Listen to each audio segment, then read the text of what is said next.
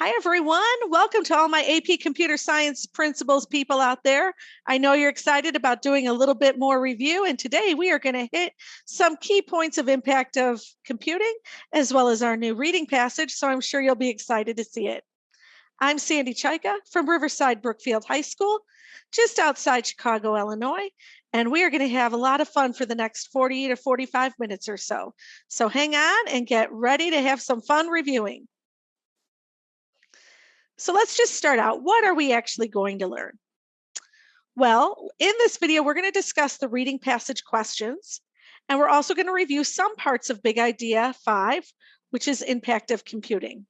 The parts I do not cover in this review session will be covered by Julia Lano in another session. So some of the topics covered: beneficial and harmful effects. So we want to be able to explain how an effect of an innovation can be both beneficial and harmful, or one or the other. We also want to explain how computing innovation can have an impact beyond its intended purpose. That could be beneficial or it could be harmful.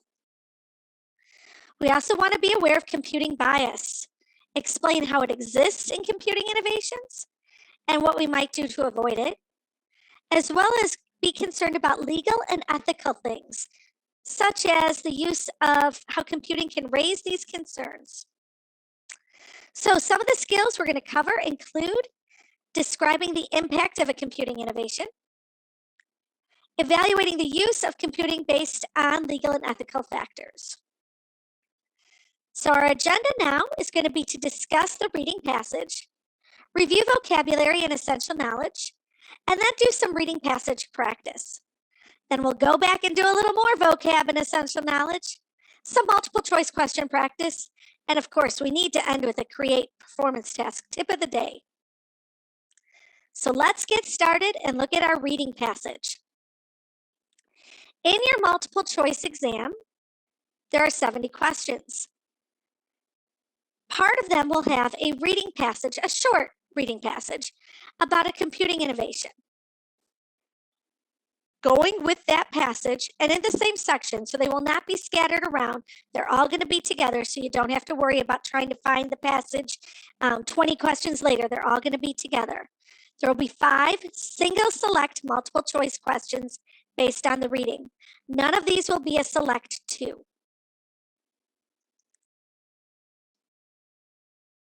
Now, I just want to warn you that some of the reviews that are out will show examples with flowcharts, which very well could be in the reading passage. However, the reading passage could just be plain text with absolutely no flowcharts. So be prepared either way. If a flowchart is given, full details about what every shape represents will also be provided.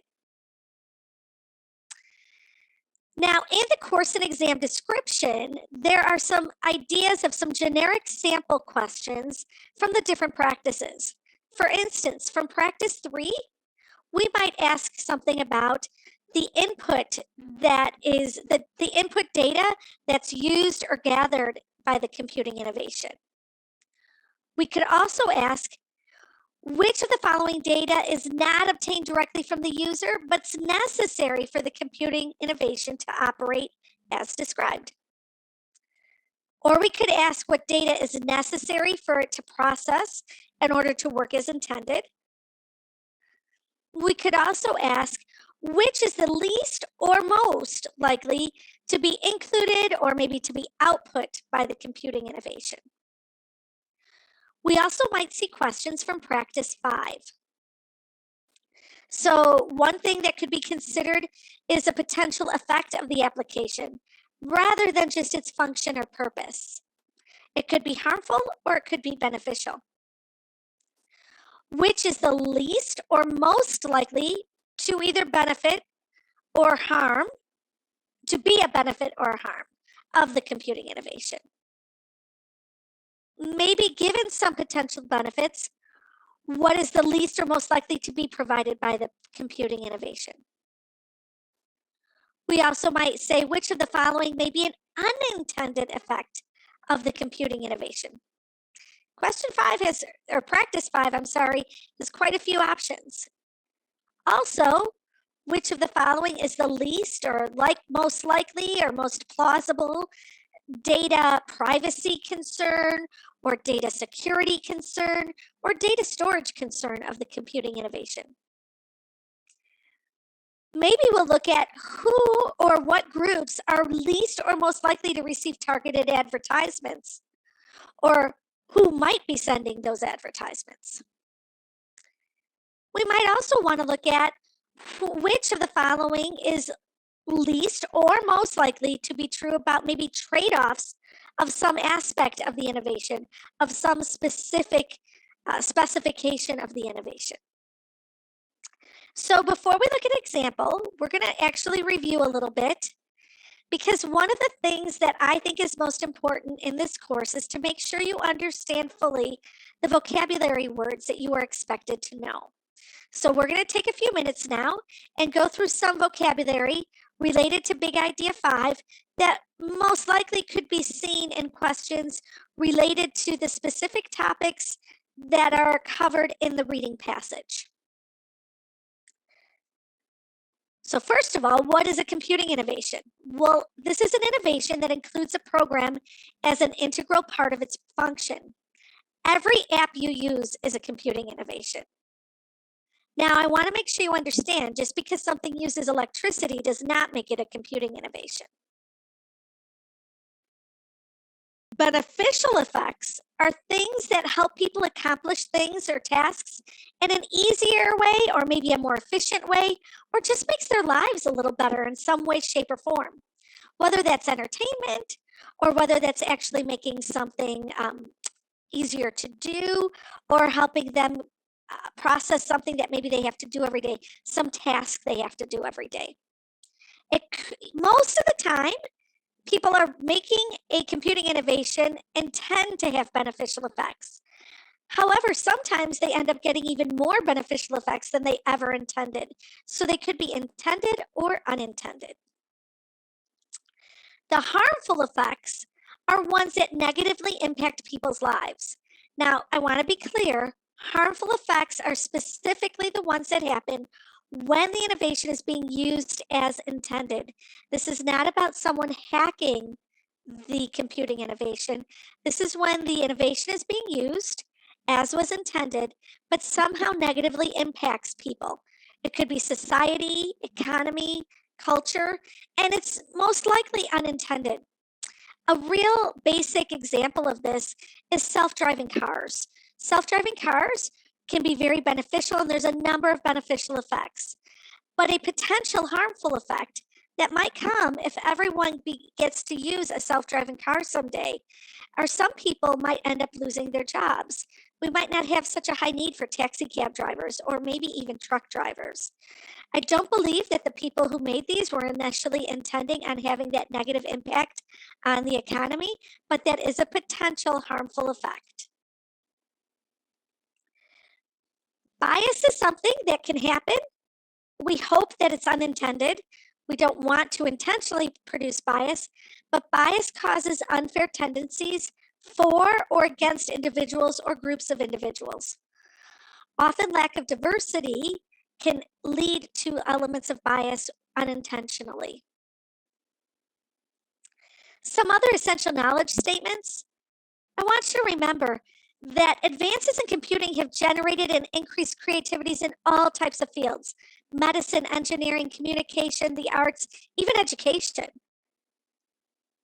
I also want to make sure you understand that computing innovations have often had unintended beneficial effects by leading to advances in other fields. For instance, sometimes some of the computing innovations to help elite athletes have eventually turned into ways to help track or help people take care of their own health. On the downside, rapid sharing of a program or running a program with a large number of users can result in significant impacts beyond the intended purpose or control of the programmer. So sometimes it can grow so much, things might happen that we never even thought of. So now I think we're ready to look at an example. This is not one from AP Classroom. This is one that has been made up specifically for this review. So you are getting a lucky first look at this. Here's a reading passage. I'm going to read it because I know it can be hard to read from the screen. The Nanny Assistant is an application for smartphones that provides the user with assistance when taking care of children. Upon downloading the application, each user creates a username and password. The user can then set up different household profiles that include the household address as well as the name of each child, their age, and a list of any allergies or medical conditions. The app includes the following features: a list of helpful medical related information, such as info about local medical facilities, details about food allergies, and information about common medical issues. A list of medical facilities within a user supplied distance of their current location that are able to treat a given medical emergency. A list of locations and relevant details about available hours of operation for suggested activities that are appropriate for the ages of the children in the household profile based on user entered activities. A basic nanny account is free, but the app displays advertisements that are targeted to individual users based on data collected by the application. So based on that, I'd like you to pause the video and think about these questions.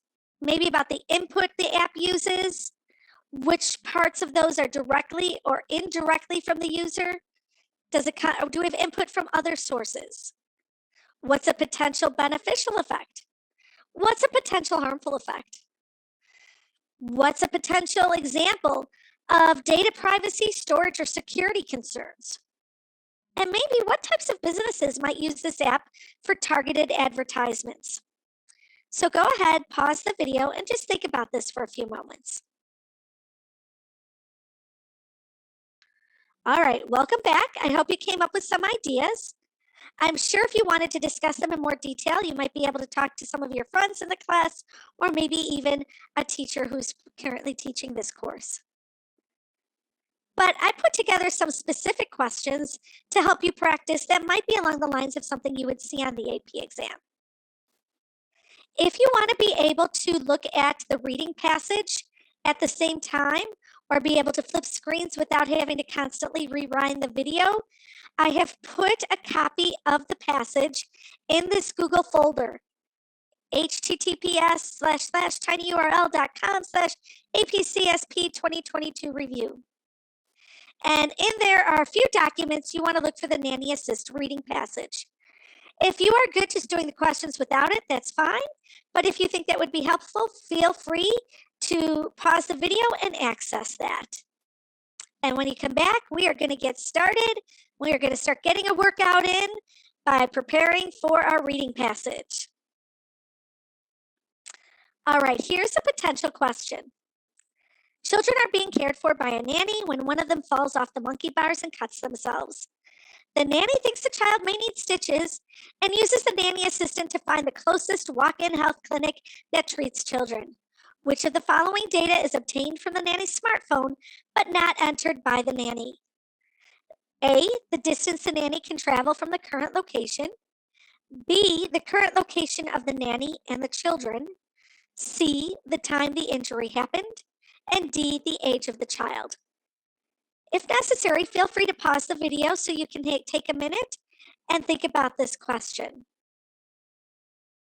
When you're ready, you can come back and we're going to go over the answer. All right, here we are. The answer is B.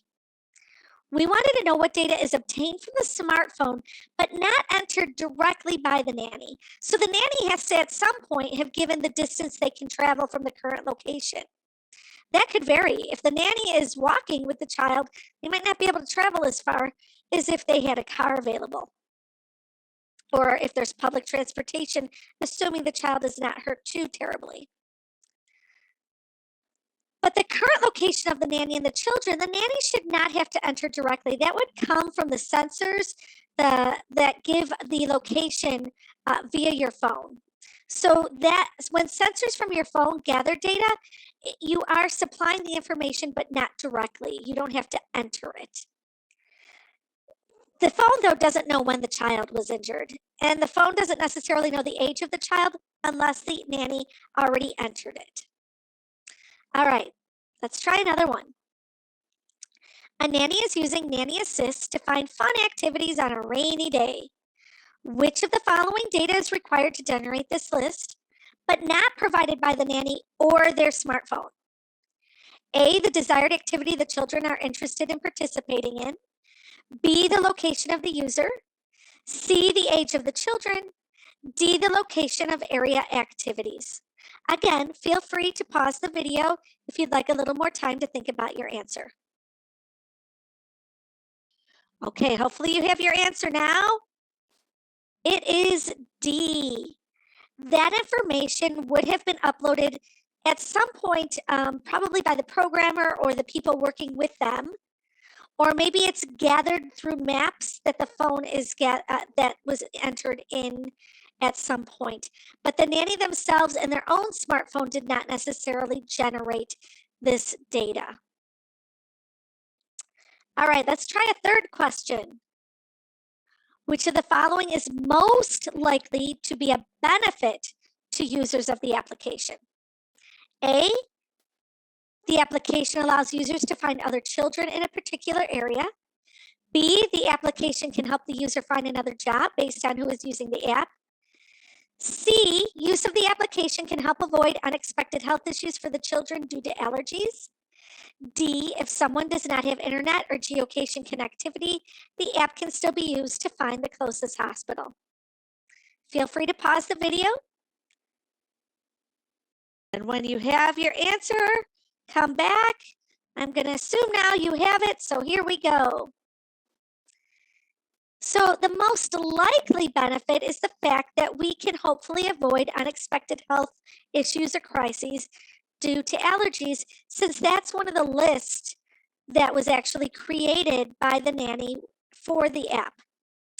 The app at this point, as far as we know, does not track any other people on the app, probably for privacy issues. Could the app help the user find another job? Well, maybe if the nanny explained how they use the app to a potential employer, but directly the app is probably not doing that. And actually, in order to be able to find the closest hospital, we are going to need some kind of internet or geolocation connectivity. So C is our answer. All right, another one. Businesses have the ability to target advertisements to different groups of people who use Nanny Assist. Which of the following types of businesses is least likely to send targeted advertisements on this app? A, online retailers who sell diapers at a reduced price. B, pediatrician practices in the area. C, dance studios that run classes for ages 3 and up. D, retirement investment companies. Feel free to pause if necessary. All right, I hope you have an answer. The answer here is D. Right, so based on the ages of the children, someone who sells diapers might target people who have children in the list of certain ages that they think would be most likely to still be in diapers. Pediatricians, remember, are doctors that treat children. So that kind of makes sense. They might want to get their information out there. And dance studios, well, if they know that they have some children in the app that are at least 3 years old, they might want to try to get them in their studios. At this point, I don't think they're really thinking about people who are setting up a retirement investment. Maybe a nanny might like that, but that's probably not who's going to target at this time. All right, well, now we're going to try to do an update to the app, or at least we're considering it. This update would allow the user to share the information about a family with a substitute nanny who may fill in for them due to an absence. Which of the following is likely to be a data privacy concern for the parents or guardians of the children if nannies can share information without the parental or guardian consent? A, the ability to learn about the children's private health information. B, the ability to learn about the treatment of a particular ailment. C, the ability to learn the locations for specific activities in the area. D, the ability to learn the location of medical services in the area. Again, let's just pause for a moment. When you have the answer, feel free to move on. And the answer is A. I would think the parents would want to know who you are sharing that app with because the children's health information has been entered. So anyone you would share that with would also have that information. General information about an ailment is not necessarily a concern. Activities in the area is not necessarily a concern, where they can get medical services, but their own individual children's private health information is probably the thing they would not like to share. Now, that was 5 questions. We happen to come up with a 6th question, so I'm just going to go ahead and share it with you. On the actual exam, there's only going to be 5. It's actually a variation of an earlier question. We have that poor little one who fell off the monkey bars and cut themselves again. And once again, the nanny thinks they need stitches and uses the Nanny Assist to find the closest walk-in health clinic. We want to know which of the following data is entered by the nanny in order to find appropriate health care for the child. So the nanny is actually entering the data themselves. A, the distance they can travel from the current location. B, the current location of the nanny and the children. C, the locations of walk-in clinics. D, directions to the nearest walk-in clinic. Feel free to pause if necessary. And when you're ready, here we go. Here's the answer. A, the thing the nanny specifically needs to do is let the app know what is the furthest they can travel. The other information would either already be in the app provided by the developers of the app or would come from sensors. All right, so let's look at a few other things that come up in impact of computing. So now we're going to review again, because I really do think vocab is important. This time we're going to talk about some vocab that's a little bit different. First one, you might have heard your teacher talk about this, plagiarism. It's the use of material created by someone else without permission. Remember, when you take something off the internet, that can be plagiarism. We are not allowed to just take things and claim it as our own. A Creative Commons license is a public copyright license that enables the free distribution of an otherwise copyrighted work. So Creative Commons license gives people the opportunity to still get a form of a copyright, but allow people to use it, usually with certain limitations or specifications. Open source programs are ones that are made freely available and may be redistributed and modified. So sometimes you might find open source programs that help you get some type of project going, and then you're going to be able to take it and advance it to do something else. Open access is online research output free of any and all restriction on access, and often free on many restrictions on use, not necessarily all. Something that I'm really big on, citing a source. This allows you to show you are using words or images. Don't forget, images are also things you need to cite. Ideas, anything, videos, programs from another place. Even if you have permission via the fact that it's open source or open access or covered under Creative Commons license that allows you to use it, you should still give credit for where the ideas or images or words came from. Some other essential knowledge statements. Computing innovations can reflect existing human biases because of biases written into algorithms or biases in the data used by the innovation. So, when you use a calculator in math class and you put in the wrong data, you put in the wrong number, it's going to give you the wrong answer. Bad data in means bad data out, and that's true of any type of data. And so we have to be careful that our data is not just good data, but is also unbiased. Computing innovations can raise legal and ethical concerns, such as the development of software that allows access to digital media downloads and streaming without consent. The development of algorithms that include bias. The existence of computing devices that collect and analyze data by continuously monitoring activities. We have to be careful what's being gathered about us. So hopefully you're ready to do some practicing now. Let's get back into some multiple choice questions. These are ones from the AP Classroom. So these are a bit longer. A software development company has created an application called File Cleanup. When the application is run on a user device, it searches for all files, including pictures, videos, and documents that have not been accessed in the past month, and stores them on a company's web server and deletes them from the user device. The application runs once each day. Users have the ability to manually retrieve files from the server if they are needed. Which of the following is most likely to be a harmful effect of using File Cleanup? A, it prevents users from accessing frequently used files when there's no internet connectivity.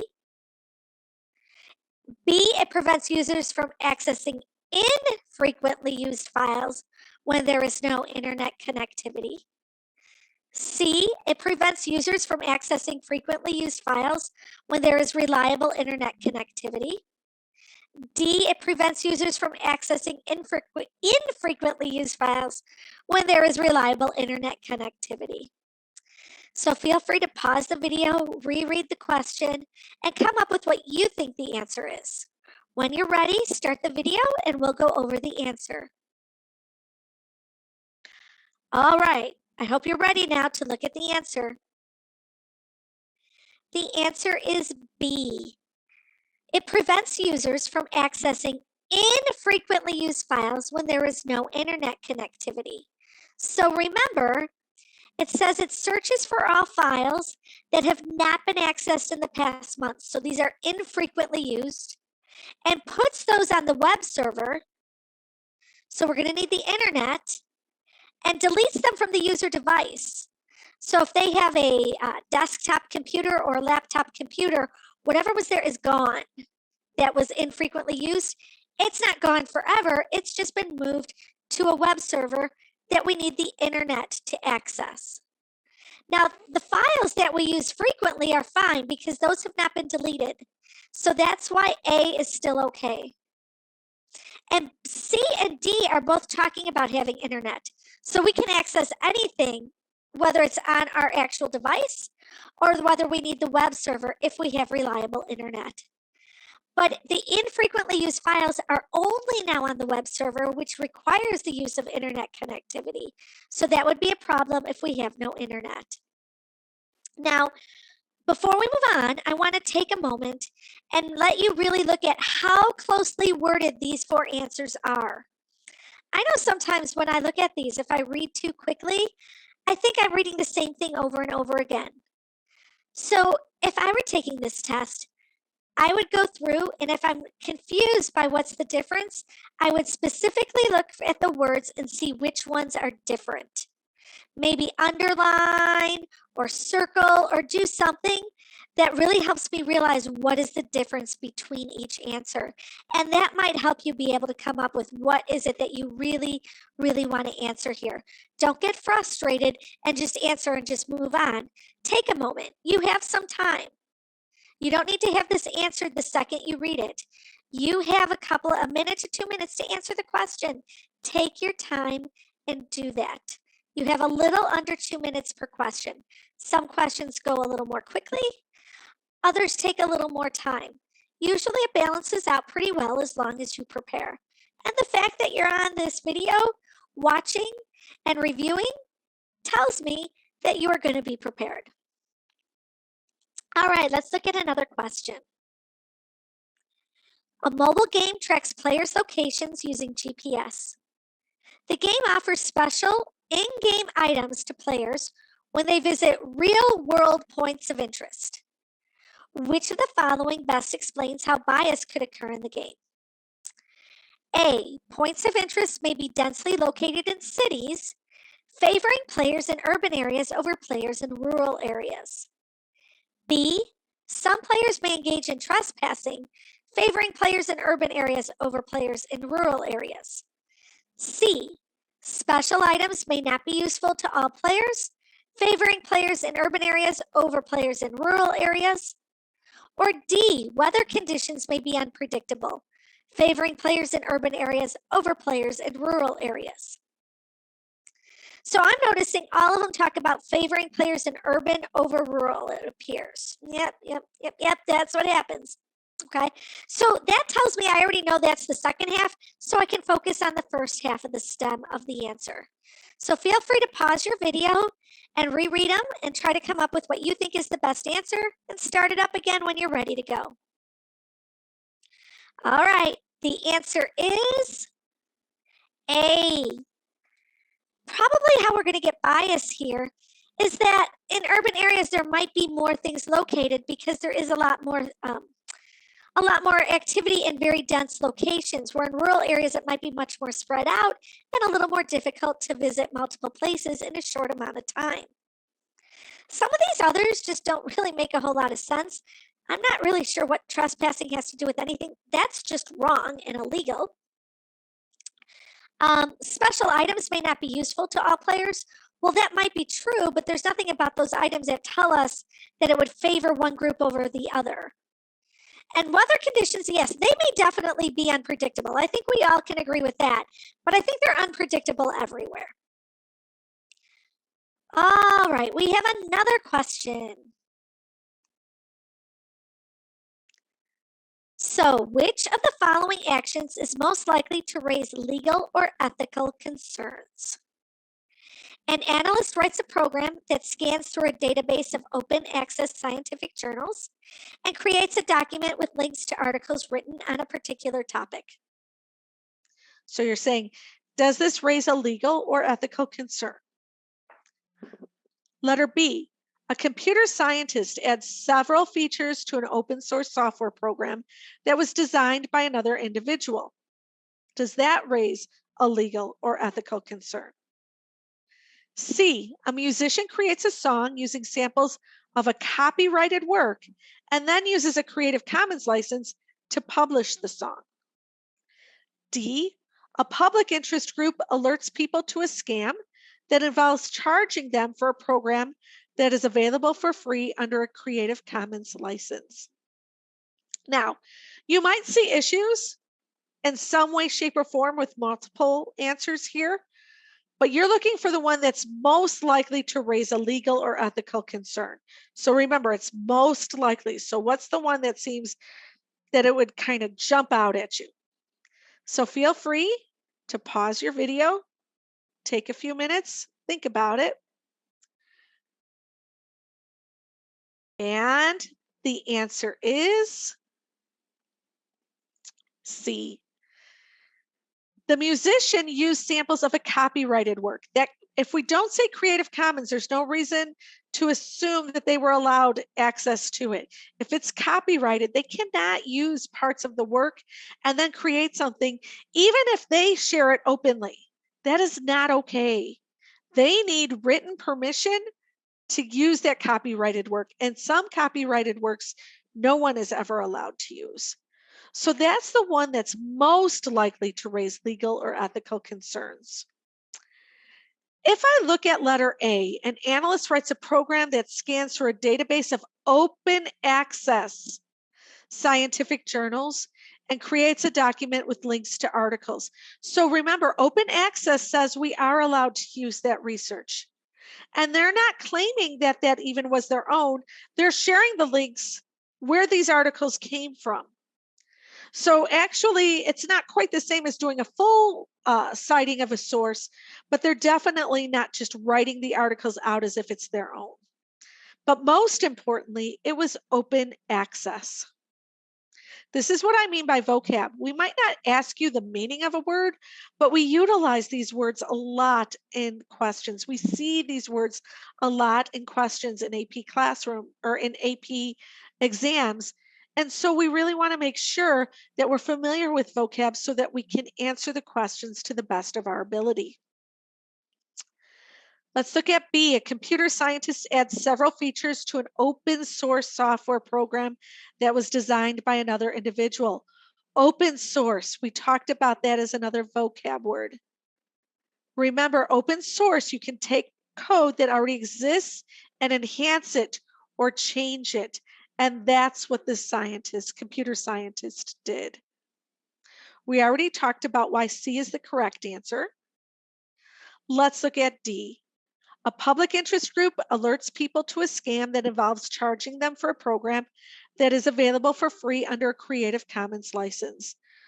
Well, they're talking about a program that's available under a Creative Commons license, but they're also letting them know that there might be a problem with it.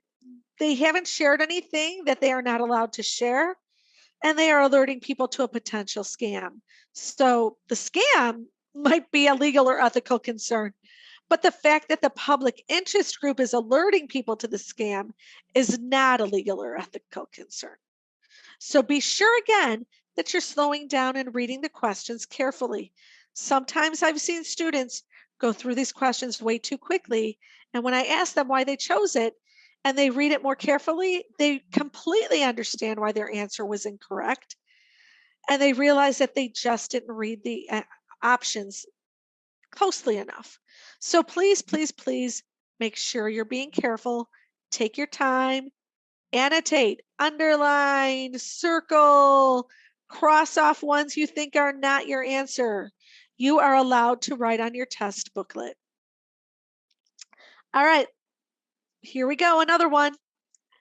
A programmer created a piece of software and wants to publish it using a Creative Commons license. Which of the following is a direct benefit of publishing the software with this type of license? A, the programmer can ensure that the algorithms used in the software are free from bias. B, the programmer can ensure that the source code for the software is backed up for archival purposes. C, the programmer can include code that was written by other people in the software without needing to obtain permission. D, the programmer can specify the ways that other people are legally allowed to use and distribute the software. Feel free to pause the video and reread your options. Remember, we're going to slow down and be cautious. And when you're ready, start the video up again. All right, here we go. The answer is D. The programmer can specify the ways that other people are legally allowed to use and distribute the software. One of the things you can do with a Creative Commons license is say what people are allowed to do with it. So you can put specific restrictions in place, like you can use that software and add things to it, or you can use the software in your business, or maybe you can use it only for personal. Often Creative Commons licenses are available that allow us to use it just for educational purposes. So I could use it with my students, but I couldn't use it in a business. So there's all types of limitations, and the person who owns that license then can actually clearly specify what they are okay with and what they are not okay with. Let's take a look at the wrong answers. Well, as much as we would love to make sure our algorithms are free from bias, the Creative Commons license really doesn't do anything about bias. It also does not necessarily back up anything. That's probably something the programmer needs to worry about. The Creative Commons organization is not going to take care of that necessarily. The programmer can include code that was written by other people. Well, without needing to obtain permission, that's not necessarily true, right? That's a problem. You need to get permission. If it's coming from another Creative Commons source, you have to make sure that that license, that Creative Commons license, allows you to publish and get a new Creative Commons license on your work that utilizes their work, and that may or may not be allowed. All right, so let's head into the Create PT tip of the day. Woo! So One of the things that you need in your program are inputs and outputs. And I thought this was a good day to talk about that because we talked a lot about inputs, especially a little bit about outputs with the reading passage. So inputs can come from a variety of sources. This is not an exhaustive list, but probably the most common. It could be a user input. So the user could literally type something in on the keyboard. Or maybe they use a device, so they might use their mouse, or maybe there's a screen touch. Maybe there's an online data stream that they gather input from. Or it could actually be a file, a CSV file or some type of spreadsheet. Other types of files as well.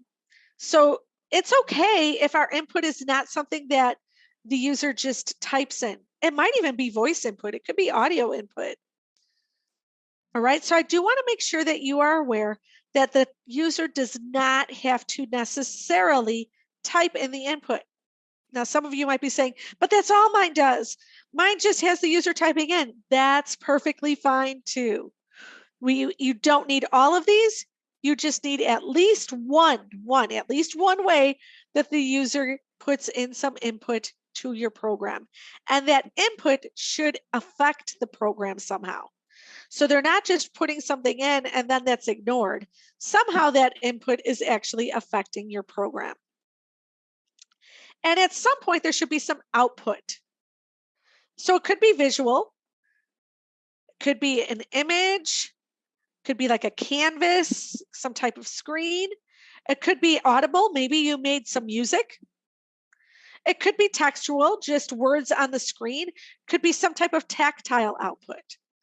There's no limitations on the ways that you output as long as something is being sent back and able to be viewed or heard somehow or felt by the person who ran your program.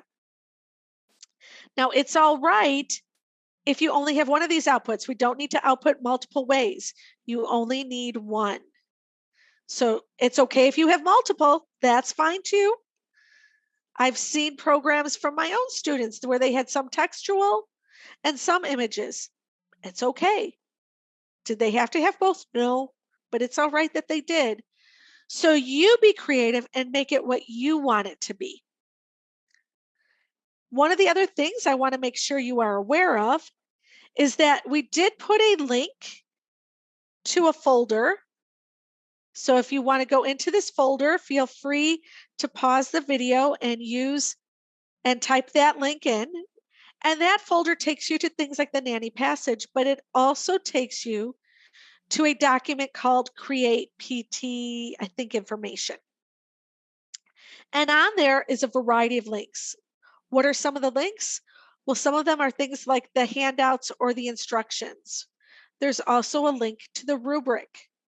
So make sure you look at that rubric, because when you're creating your program and your video and you're writing your responses, you want to know how will they be graded, and that rubric is very clear.